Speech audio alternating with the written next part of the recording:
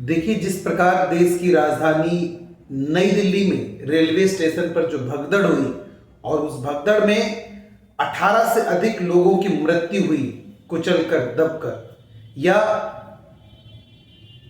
Railway विभाग की केंद्र सरकार की असफलताओं का परिणाम है। जिम्मेदारी कोई नहीं लेगा। ये पता नहीं किस प्रकार की सरकार है कि आए दिन ऐसा कोई महीना नहीं गुजरता जिसमें लोग हताहत नहीं होते रेलवे के माध्यम से। ट्रेनें पटरी से नहीं लौटती, दो ट्रेनें आपस में नहीं टकराती, मालगाड़ी के डिब्बे सवारी गाड़ी के डिब्बे के ऊपर नहीं चढ़ते। ऐसा ही कोई महीना बीतता हो, लेकिन नहीं। रेल मंत्री अश्विनी वैष्णव जी बिल्कुल पाक साफ हैं, उनसे कोई सवाल नहीं कर सकता। और कौन से जहमत करेगा, क्योंकि उनके सरदार का हाथ उनके ऊपर रखा हुआ है।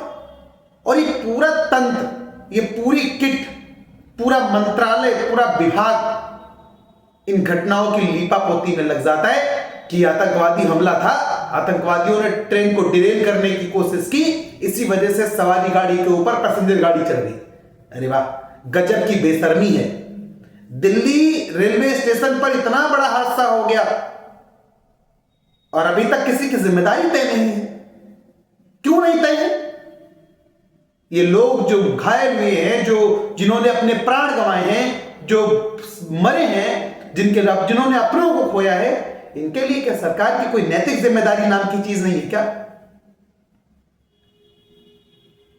ये कुर्सी जनाजा थोड़ी है अश्विनी वैष्णव जी जो चिपक गए हो, नहीं समझ में आता, छोड़ दो। जब रेल मंत्रालय संभलता ही नहीं आपसे, आए दिन रेल दुर्घटनाएं ही होनी है रेल विभाग में, तो छोड़ क्यों नहीं देते? छोड़ दीजिए इसे। लेकिन नहीं, सब कॉलर बचा रहे प्रधानमंत्री जी का। अरे प्रधानमंत्री जी, आप अपने मंत्री जी से इस्तीफा क्यों नहीं मांग लेते? जब आपने एक अक्षम रेल मंत्री रखा है जो रेल व्यवस्थाओं को संचालित ही नहीं कर पा रहा है। हर 10 दिन पर, 12 दिन पर, 15 दिन पर एक घटना देखने को मिलती है कि 2 ट्रेनें आपस में टकरा गई, 5 लोग घायल हो गए, 4 लोग खत्म हो गए। अरे तो ये कब तक चलता रहेगा साहब? झूठे बयान, झूठी बयानबाजी, झूठी मीडिया की टीआरपी, सब कुछ दिखाने का प्रयास करोगे। आप बताओ ना, रेलवे का एक अधिकारी कहता है और निकॉर्डा करके कि गलत अनाउंसमेंट हो गया था। रेलवे विभाग कहता है कोई अनाउंसमेंट नहीं हुआ था, हमने हाई लेवल की जांच बिठा दी है। भाई जांच बिठाने से क्या होगा साहब? जिम्मेदारी किसकी तय होगी? इस्तीफा किसने दिया अभी तक? आरपीएफ कहता है कि गलत अनाउंसमेंट हुआ था, अफरा तफरी मच गई। आपको पता था 1500 टिकट प्रति घंटे के हिसाब से रेलवे स्टेशन पर बिक रहे थे। इससे ज्यादा मात्रा में टिकट बिक रहे थे, 15-15 हजार टिकट बिक रहे थे एक घंटे में। तो आपने क्या व्यवस्था की?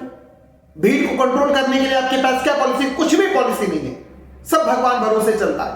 आपके प्राण भी भगवान भरोसे हैं। मुस्कुराइए, आपने ऐसी सरकार को चुना है और इस सरकार ने ऐसे मंत्री और प्रधानमंत्री को चुना है जिसमें संवेदनशीलता नाम की कोई चीज नहीं है। लोग मरते हैं तो मरने दो, आंसू भी नहीं बहाएंगे। मुआवजा दे देंगे, बांट देंगे। लोगों की कीमत 10 लाख रुपए, लोगों की कीमत 10 लाख रुपए साहब, 10 लाख रुपए दे देंगे, मामला सेटल कर लेंगे। अश्विनी वैष्णव जी का इस्तीफा क्यों लेंगे? अश्विनी वैष्णव जी का इस्तीफा जब लेंगे तो उनके कारोबार का भी तो काला चिट्ठा खुलेगा।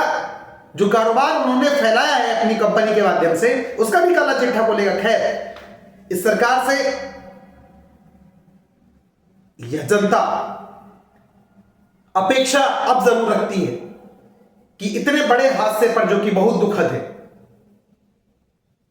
रेल मंत्री तुरंत इस्तीफा दे और इसकी एक निष्पक्ष न्यायिक जांच हो जिससे दोषियों को सजा मिल सके। सिर्फ लेफापोती करने से काम चलने वाला है नहीं,